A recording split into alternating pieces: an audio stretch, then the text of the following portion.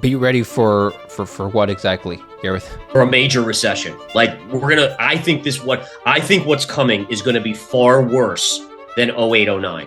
When this happens, whether it's in a year or two or whenever, once the merry-go-round stops and the music stops, this is going to be far worse, folks. This is going to be the worst thing since the drops in 2000 and probably even going back, closing in on 1929. Markets saw a brutal sell-off last Friday. The crypto markets saw one of the biggest sell-offs in crypto history if you weigh it by market capitalization. And actually, if you take a look by market cap loss, that was the biggest single day drop possibly for a lot of altcoins and Bitcoin combined. This happened after Trump announced a 100% tariff on China. He's since ameliorated tensions with China somewhat over the weekend. We'll talk about that. And just on Monday today, on the 13th of October, there's a big rebound in the market. We'll talk about stocks, cryptos, what's next for Trump's tariffs on China, and many, many other things. Gareth Soloway joins us once more. He is the president of Verified Investing. Welcome back, Gareth. Good to see you.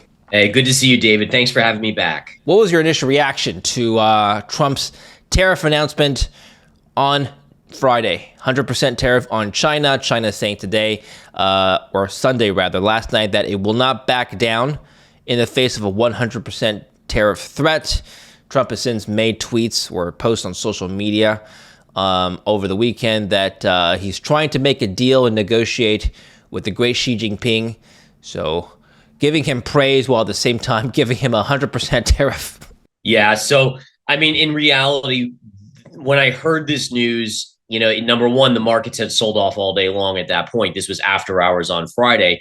And it was one of those situations where it's like, okay, this could be the start of something bigger, but we know Trump doesn't like the markets going down. So right away, I told everyone out there, I said, guys, he might walk this back over the weekend once he sees the market's reaction. And that's exactly what he did. But there was technical damage done in the charts. And this actually still could turn out to be a major pivot high. We're going to have to watch and see. I want to just draw your attention and focus the conversation right now on this.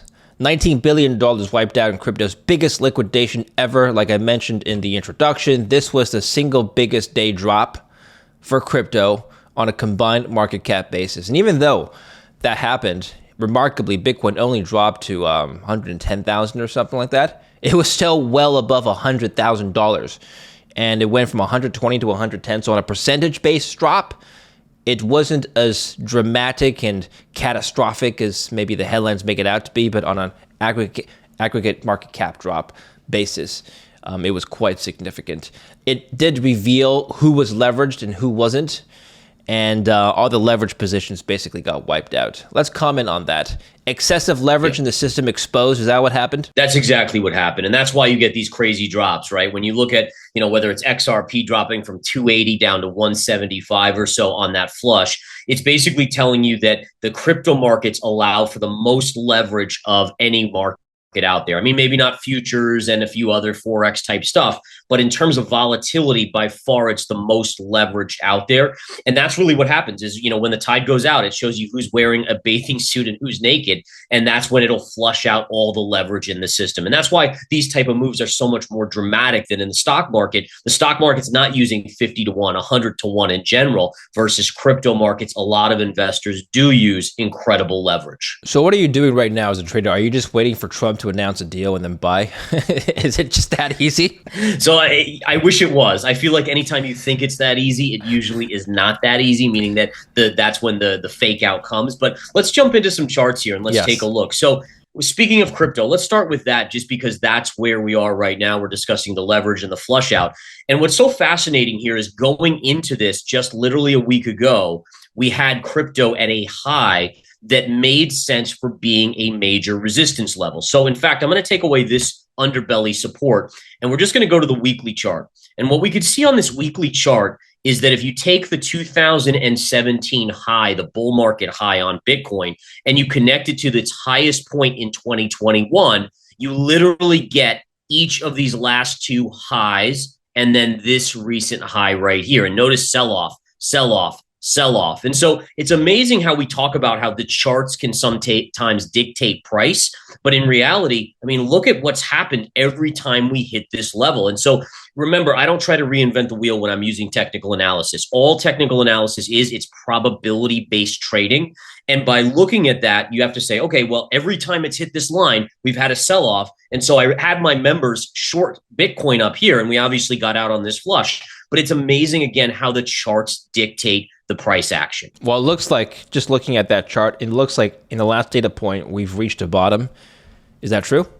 Yeah, at least in the short term, you're right. So one of the lines I love showing people is there's this trend line right here. And notice how a trend line that is a good trend line should have multiple pivot points along it, right? And so we can look at all of these points and say, wow, so just like this was resistance up at this range around 126,000, technically speaking, until proven otherwise, this 110,000 level was support, and that's exactly what Bitcoin's done. Now, there are a couple things that we have to pay attention to, right? So any support or resistance line can fail at a certain point. Remember, probabilities tell us that essentially something is favored, but it's not guaranteed. And so what I like to do here is I like to say, okay, well, until we confirm above 126, this is your top. Until we confirm below essentially 110,000, that is your bottom. So as a trader now, we're in a range, and I have to watch to see which direction ultimately Bitcoin goes. And as we can see, these lines are slightly inverted, meaning they're eventually going to come to a head, and Bitcoin will be forced to either break out or break down. So you're either going to go up like this or start to collapse lower. But right now, Bitcoin is in a wedge, which means it's at support and it's below resistance. So it's holding steady here. Those trend lines that you're drawing, the orange and yellow lines, it's been trending up, sloping slightly up ever since the beginning of your chart, which is, I think, earlier this year. Does that signal or indicate, Gareth, that Bitcoin is in an uptrend long term? It does. Absolutely, it does. There's no doubt about it. In fact, Bitcoin's been in a longer term uptrend here even, right? We can even connect these lows going back to 2023, and we can clearly see it is in an uptrend. So now listen, in all fairness, this uptrend has been the shorter uptrend. So let's just say price does break here. It's okay because it still isn't within a bigger uptrend that goes back to 2023. Now, listen, it could fall down to, let's say, 93,000 or so. But as long as it doesn't take out the longer bull market of 2024 into 2020, well, really 2023 all the way through 2025, it's still in an uptrend. And we have to respect that uptrend. I mean, if you're looking for the bigger bear case on a technical analysis basis, so not just pullbacks that are buying opportunities, you have to expect this line to break, which again is your longer term bull market uptrend. If that breaks, now we're in trouble for Bitcoin. Then you could see that bigger correction that we hear when the stock market drops 40 or 50%. Bitcoin obviously drops equals to that or more. But as long as we hold, let's say 92, 93, this is just an uptrend. As we can see, it just kind of follows along. Even if it goes down there, you would still be in a beautiful uptrend. Are you surprised that the biggest liquidation event in crypto history by market cap only saw a decline in Bitcoin by the order of less than 10%, which is significant for any asset class for a single day? For Bitcoin, that just seems like Tuesday. Yeah, you're right. I think number one, it shows us that Bitcoin is having a bigger grasp within the institutional money, right? So again, when you have bigger market down days, Apple maybe moves a couple percentage points, right? Because, yes, there's so much institutional pension funds owning it and these other entities that it doesn't have the panic sell-off before people are coming in and buying it and stabilizing it. And I think that's where we're heading with Bitcoin, at least in the near term. And so you're right. Historically, on a day like that, on a flush, Bitcoin would have dropped 20, 25, 30%. And instead to see basically 10% or less is a testament to Bitcoin becoming a real asset that institutions believe in and a broader amount of the public believe in. Before we jump back into the video, let's talk about something most people ignore: online privacy. Now, your personal information isn't just sitting on your phone or email. It's being scraped, bought, and sold by data broker websites every day without your permission. Our sponsor today, Delete Me, helps you take that control back. They scan the internet for your exposed information, send you regular privacy reports, and remove your data from hundreds of broker sites so it can't be used against you. Take mine, for example. In the latest report, they reviewed over 325 listings to see if any data brokers had my personal information, and they continue to check every week to ensure that it stays off. Go to joindeleteme.com/DavidLin and use the promo code DavidLin at checkout. Link down below or scan the QR code here on the screen and you'll get 20% off of all US plans. Take control of your privacy today before somebody else does. Most of the gains from the early October rally, so basically this beginning of October, were wiped out. Now today's rebound is happening. Everything's in the green. At least the things I'm looking at on my screen. So let's talk about today's rebound. Yeah, so today's rebound is great on Bitcoin, right? So again, at least in Bitcoin, and we can get to the S&P in a second as well and talk about that. But the only thing I'm going to monitor on this, guys, and again, this isn't a fully formed pattern yet, so I don't want anyone to get in a panic about it. But on Bitcoin, there's something called or on any chart, there's something called a head and shoulders pattern. And a head and shoulders basically is a bearish pattern where you have this sort of formation. Here's your head, right? There's your shoulder and shoulder. And the idea is if it ever forms that and breaks the neckline, which is the connector here, then you can technically get a much bigger move to the downside. The only reason I'm bringing this up on Bitcoin is, yes, we've had a good rally, but could it be that that pattern is forming on Bitcoin here if we were to go up like this? And it's just something that as a technician, my job is to always look into the future and see exactly what's forming and what could be at risk. And it's just something that's on the radar. But as of now, support is holding. The only time I'd be nervous is, again, if we break about 110,000 and have a daily close below that, then you start having to prepare for a sub 100,000 Bitcoin. But right now, holding beautifully. It did briefly touch 109,000 over the weekend, though, Gareth. Yep. And you can see it right here. In fact, I think on Friday it even got as low as 107,000 on that chart. And so, listen, pierces happen, right? Not only with stocks, but especially in crypto where these liquidation events happen. You're going to get these deep flushes. You have to really follow the daily close and sometimes even the weekly close, because these whipsaw moves can be caused by deleveraging and essentially wiping out these extreme amounts of leverage that are being used. And so try to ignore the whips. Look at where the daily candle closes. Do you have to wait for a certain amount of time before something closes below a floor in order to assess that it's broken down, and then you should start shorting it? Because let's say you have a rule built into your trading system, either an algorithm or just a stop loss or whatever rule you make for yourself, that below 110,000 or 109,000, whatever that floor may be for you, you're going to start liquidating and perhaps even shorting. And if you had done that using that logic and not waiting and not having been patient, you would have lost a lot of money on the rebound. So I'm just wondering, how you make the distinction between, okay, something has pierced the floor, it's time to take profits, we're short, versus I'm going to wait a bit more to see what's going to happen next. Yeah. And so the general rule is everyone has to kind of figure out for them what their risk tolerance is, because needless to say is if you say, and there's something I abide by, which is called the confirmation signal, where you have to close below a level and then confirm that breakdown the next day before you say, okay, this is an official breakdown in the chart. And so that's what I follow. But in all fairness, that can be on crypto. That can be a big move where you're really putting your assets at risk if that were to happen. So each person has to kind of make that determination for themselves.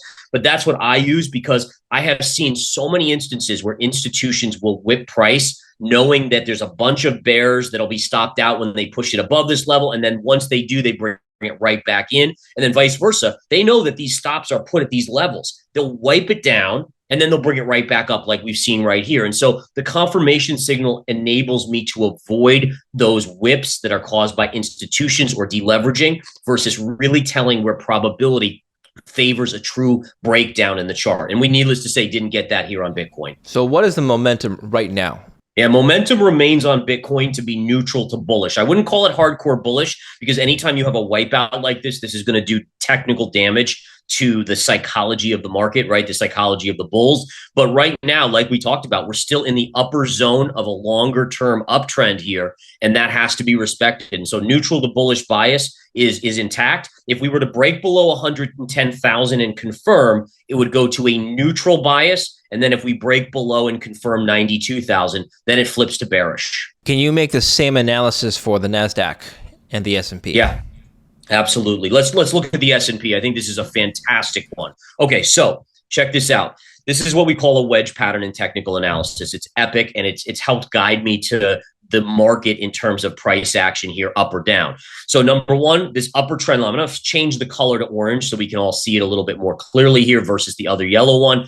This goes back to your low in October of 2023. And notice how it literally goes through each low. So here's your August 2024 collapse in the market. NASDAQ dropped massively there in a very short amount of time. Your January pullback. And then this was the liberation sell-off on tariffs. And you can see we broke support right here. Okay, so we broke down, we continued lower. And then notice how, remember, in technical analysis, support, which is all these 3 points, once you break and confirm, it becomes resistance. And what we can see here is absolutely remarkable how when you hit this level, it sells off because now this line is resistance. And that's exactly what we saw here. Now, we have this lower trend line, right? We have this lower trend line here, which we just broke. Now, remember what we just talked about on Bitcoin, how it went below, but it never confirmed the breakdown.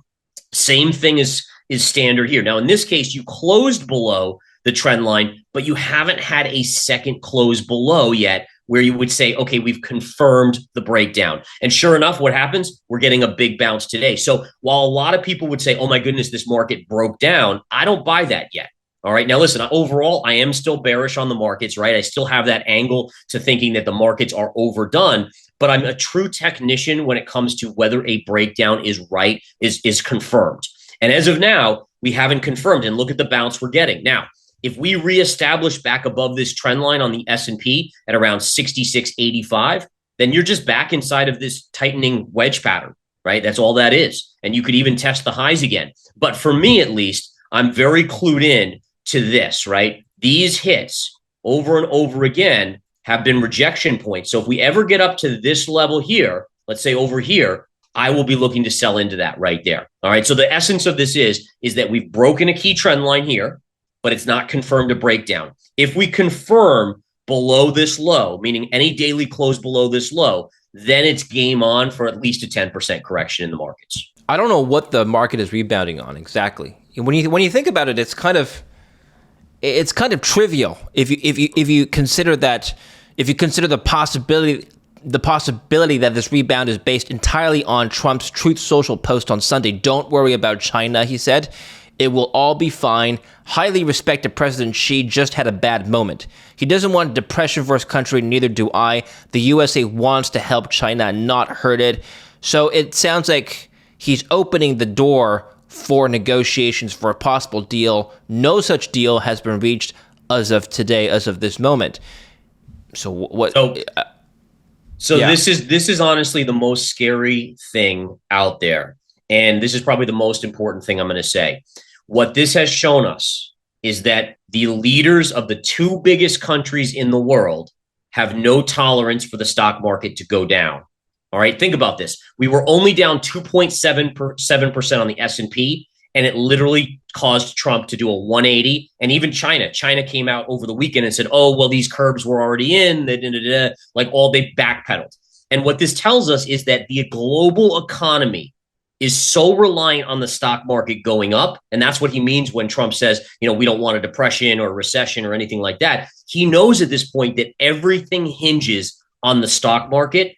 And the problem with that is when everything hinges on the stock market, really, AKA the AI trade, inevitably we're all in a lot of trouble. Essentially, the politicians, the leaders of the world are now at a point where they cannot afford to let the stock market decline because of the massive loss in wealth that would then ripple through the economies and cause a major recession or depression. And again, just to summarize why that's such a big deal is that it's inevitable that we're going to get a downturn at some point. And at some point, these type of reversions don't work anymore. Like you can only use I just was kidding so many times to get the market back up before the market says, you know what, we can't do it. But I think that's why the markets are rallying back here, because it's basically showing you that these leaders do not want the stock market to go down, and they'll do whatever it takes to keep the stock market going up.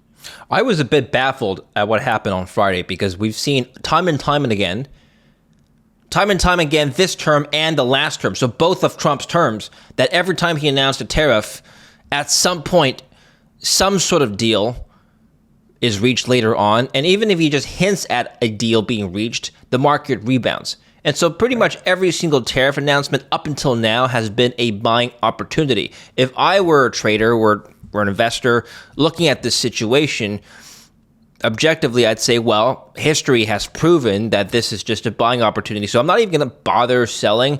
I'm just going to wait and ride it out. That would be my logic. So if everybody, let's suppose everybody collectively has the same logic, the markets wouldn't even sell off. It would be like the boy who cried wolf, well, I'm going to announce 100% tariff, and we all know that's not going to happen. So, and that's the taco trade, right? I mean, that's essentially the taco trade, that people have become accustomed to. And I think there had been such a lull between these tariff issues that it kind of calmed things down and kind of the markets lulled in. And then this was a little bit of a surprise that it came out on Friday and it was so vehement. I mean, he really wrote a book on Truth Social. I mean, it was not a short post, ripping China and ripping President Xi there at the time. But the markets, again, initially got scared. And then they said, you know what?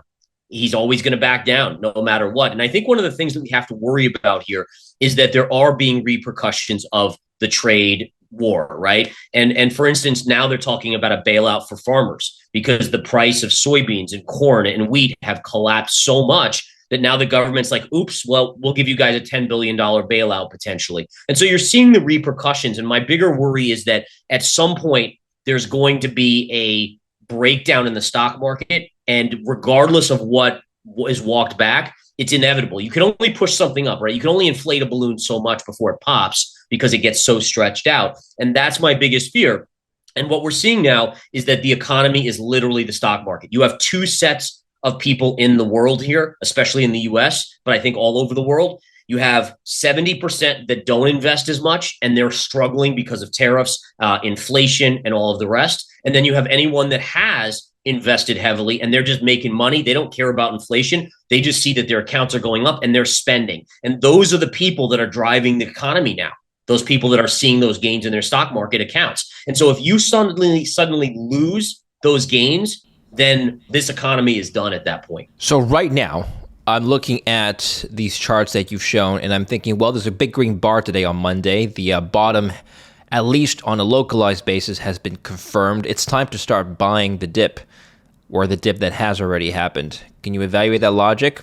Yes. So and I'll give you exactly what the technical charting books tell us, right? So when you get a major red candle, this is called a reversal engulfing reversal candle, essentially. It essentially does a lot of damage on a technical or psychological basis. The only way you can negate this is if you come up and close back above this zone here. So listen, a lot of times you'll see a big red candle and then you'll go like this. And especially if we stay below this trend line, this would be known as a bear flag. And so while we haven't confirmed a breakdown, we all have to still be on a little bit higher alert that there has been technical damage done. We all think, oh, well, Trump can just say something positive and the markets will rip higher. Let's hope that's the case. But we will know from the charts. If we can't get back and take out the high of the down day, the big down reversal candle, then this market technically remains in a very vulnerable state. All right, let's talk about something you brought up a couple of minutes ago, which is the AI trade. This is an article from CNBC. How fund managers are investing for the fourth quarter as AI bubble talk swirls. How are investors balancing this with the desire not to miss out on a potential $4.8 trillion market? Valuations and policy uncertainty make it hard to be overweight risk assets, but neither do we want to fight strong momentum. Now, that's the crux of the issue. Valuations on any traditional PE or EV/EBITDA or cash flow basis look astronomical right now. And there's probably some evidence to suggest that the stock market from the AI sector is being propped up because AI spending is just tech companies passing funds from one company to another. And so they're basically propping each other up. But on the other hand, strong momentum is currently at play and we don't want to miss out. What do you do in an environment where there's strong momentum, there's strong FOMO, you don't want to miss out, but valuations are crazy? Yeah, so one of the things that catches my eye, so number one, everyone says this time is different. I went through the .com and I swear that was different. And then the stock market and NASDAQ collapsed, 66% or so. And so I'm just very wary of that mentality, like, oh, this time's different. Yes, these AI companies are growing at amazing amounts.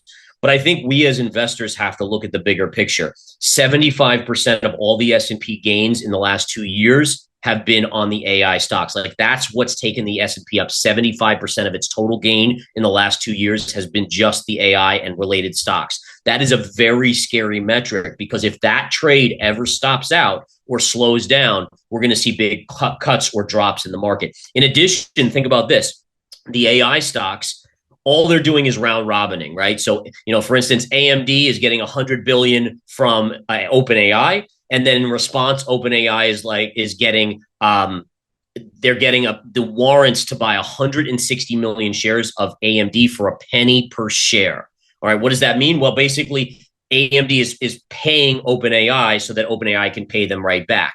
And that's another concerning issue that I'm having with what's going on in the AI realm. Listen, it's an amazing trade. The valuations will come down. Margins will come down over time. The question is when. Are we near the end of the bubble, or is it still inflating? We know from Greenspan back in the 90s, in 1996, he said irrational exuberance, and the NASDAQ rallied another 4 to 5 years before we collapsed. So again, I'm okay with missing out at this point. I'm not going to be chasing holding the bag. I understand a lot of investors want to hop on board. It's not my style. My style is to buy beaten down things and wait for them to jump up so that my risk reward is at a much better point versus risking a major collapse if I were to go long. And by the way, last thing I'll say here is that the drop on Friday shows you the air pocket in the market, meaning that any sort of thing, any curveball that's thrown in this market, it's not down 0.25%, not down 0.5%, not down 1% on the NASDAQ or the S&P. It's literally 3 to 4% drops that we're seeing versus when the markets go up. If you look at the gains just since I was last on, the average gain of upside was like 0.25% or 0.1%. So the markets are going up ever so slightly and making new all-time highs. But when they drop hard and fast. And that to me is scary as an investor, to be getting in something where I could get a little bit of upside, but the downside one day drop could be 3-4%. You've just described a roller coaster. It goes up really slowly and then drops really fast. Yep. This is a chart I saw on Instagram, or an image that someone put together. Just want to share with you. Did you make this chart, Gareth? Did you create this graphic? World's biggest bubbles. Looks good though. Bubble science, parabolic price charts. I'm going to get to that in just a minute. Everyone's talking about crazy valuations. This time is different, literally what you just said. And then it's shown a few examples of market bubbles that have popped. By comparison, and this is the y-axis is a percentage gain basis. So by comparison, Bitcoin has been the biggest bubble, and we know what happened in 2022. What's missing right now, something that has moved parabolically up, are the precious metals, gold and silver. Now, they haven't popped, which is why it hasn't made it on this chart, because it's not a bubble that's popped. Now, let's just evaluate gold and silver. Let's take a look at the charts, Gareth. Absolutely. And it's a scary looking chart when you just look at it zoomed out. It's moving parabolically in one direction. What do you do with that, Gareth? It really is. It's incredible. I was even reading over the weekend that now stablecoin companies are now buying gold. And if that's the case, I mean, what was the point of the stablecoins, I guess? I mean, again, if they're now not even believing in the dollar and that's what they're putting out as a stable coin being equal to the dollar. But the point here is, guys, is that at a certain point, when you see the amount of debt, right, we came into 2025 with this Doge set where they were going to cut all this government spending, get the spending under control, and then lo and behold, nothing ever got under control. And listen, Elon Musk even got fired, basically. I mean, he resigned technically, but let's be honest. I mean, he just couldn't get anything through with the politicians in terms of cuts. And so when you have that type of environment where the U.S. is going on this tariff tirade, where the U.S. financial system is having less and less kind of belief in it from the global powers, they're going to just buy gold. And I think everyone is jumping on this trade. Now, does it mean that gold's going to go up forever? No. There is going to be a point where it pulls back. I actually think it's short-term ridiculously extended here. Look at this. This is the weekly chart. 1, 2, 3, 4, 5, 6, 7, 8, 9 weeks up in a row. That's almost unheard of historically on gold. So it's due for a pullback. But for me, I'm a buyer on pullbacks. If you give me a shot at 3,500 on gold, I'm buying it right there. That's a great opportunity. Still quite a correction from here, and it may not get there. But again, that would be the major support that you'd have to start buying. And there's really no reason to say that gold won't go up longer term, right? I mean, when is the U.S. ever going to stop printing money or lowering rates or all these type of things? We have to do a sanity check here. inflation isn't out of control at this particular moment compared to at least a couple of years ago. I mean, if you just take a look at COVID, for example, it was near double digits inflation, actually more than double digits. In some for some products, real yields is not collapsing. The dollar's down this year, but the dollar hasn't collapsed completely relative to other currencies. Some other currencies it's still up, and so you have to do a sanity check. And the debt issue that you're talking about, it hasn't just happened in the last 9 weeks since gold started rallying parabolically. You got to ask yourself, does this make sense? I'll let you. Yeah. So I think with the precious metals in particular, everyone has been so focused on the AI trade, on the fact that the U.S. is the most stabilizing power out there, that they've really just kind of ignored the gold trade, the palladium, the platinum, the silver trade. You can only ignore it for so long until it has to play catch up, right? And if you look at inflation adjusted, I mean, really inflation adjusted, we just made a new all-time high recently on gold itself. And silver just made a new all-time high from 1980. So these things have lagged tremendously. They're now playing the pickup or catch-up trade to the upside. So I think, again, while things are getting a little out of control, if we go back here in terms of upside, for me, again, as an investor, as a technician, we just simply look at this and say, all right, if we ever pull back to this base point here around 3,500, right in here, this becomes a buying opportunity. But I agree with you. It's getting a little long in the tooth short term. Look for a correction and then buy again, because unless the U.S. government is forced to rein in their spending, which, by the way, if they rein in their spending, immediate depression, right? I mean, it's immediate depression, right? Because that's part of the stimulus that's been keeping this economy growing. Last thing to mention, we talked about the AI trade. What's so scary about that is we heard GDP was 3.8%. A majority of that is just the CapEx from the AI trade spend. And that's scary too, folks, because that's not going to go on forever. These companies will not be putting trillions of dollars into spending forever. So be ready. Be ready for what exactly, Gareth? For a major recession. Like I think what's coming is going to be far worse than 08, 09.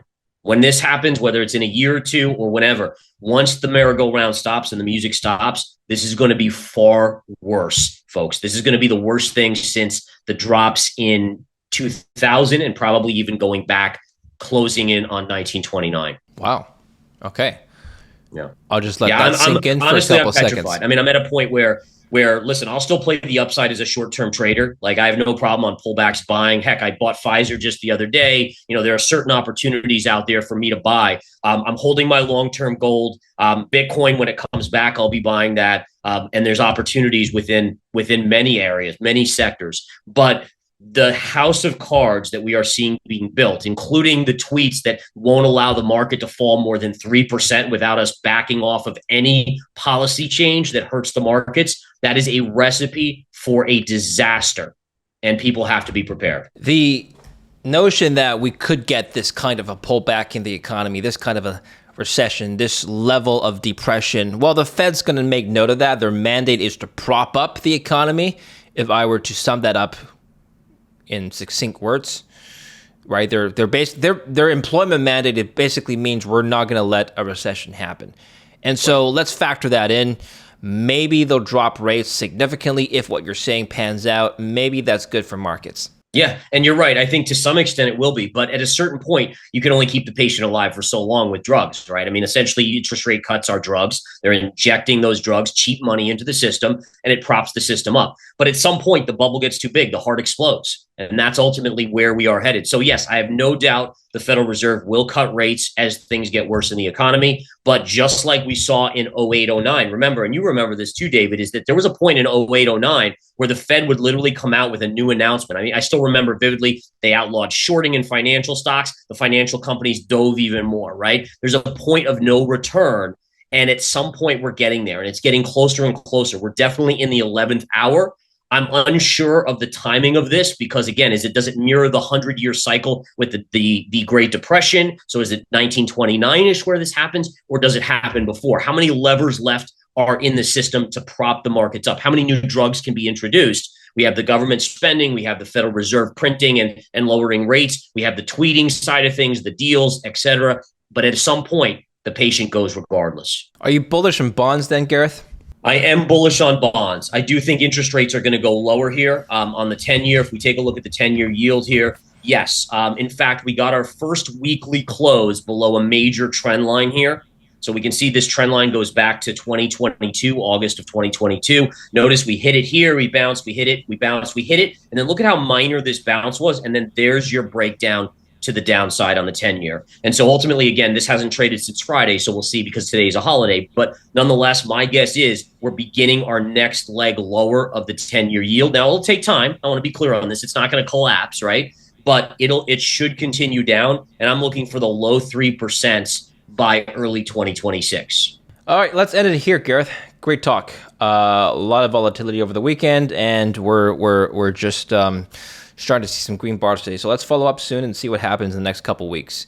Yeah, I'd love to see. Let's just jump back together in maybe in a month or so and see where the yields are, and really let's follow this gold trade. The gold trade is something that you're seeing gold go to new all-time highs almost daily with the stock market.